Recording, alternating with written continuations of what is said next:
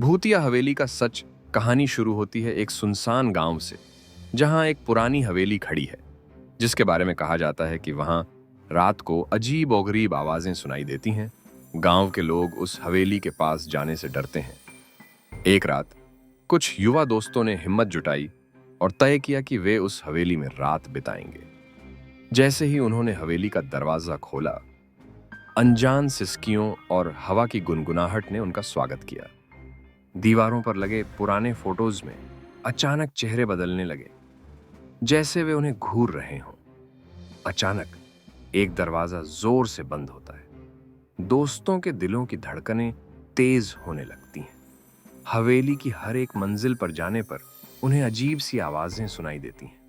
अचानक एक दोस्त की नजर एक काले साये पर पड़ती है, जो सीढ़ियों की ओर बढ़ रहा था।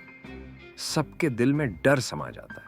जैसे ही वो आगे बढ़ते हैं, लम्हा भर के लिए साया गायब हो जाता है। लेकिन जब वे पीछे मुड़ते हैं, तो एक खौफनाक चेहरा अचानक सामने आ जाता है। एक चीत्कार हवा में गूंजती है। सभी दोस्त भागते हैं, लेकिन दरवाजे बंद हो चुके हैं। फिर एक एक करके वे गायब होने लगते हैं, जैसे हवेली उन्हें अपने अंदर समेटती जा रही हो।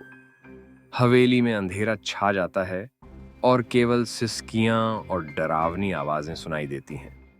आखिरी शेष दोस्त को अचानक एक शीशे में उसका ही चेहरा नजर आता है, लेकिन वो उसकी मुस्कान नहीं थी।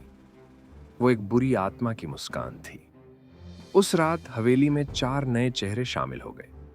जब गांव वाले अगली सुबह पहुंचे, सिर्फ हवा में सिसकियां थीं और एक खामोश हवेली खड़ी थी, जो अपने रहस्य को समेटे हुए थी। कहाँ गए वो दोस्त? क्या वो कभी लौटेंगे? बस हवेली की दीवारों में उनकी चीखें गूंजती रहेंगी और रात का सन्नाटा फिर से छा जाएगा।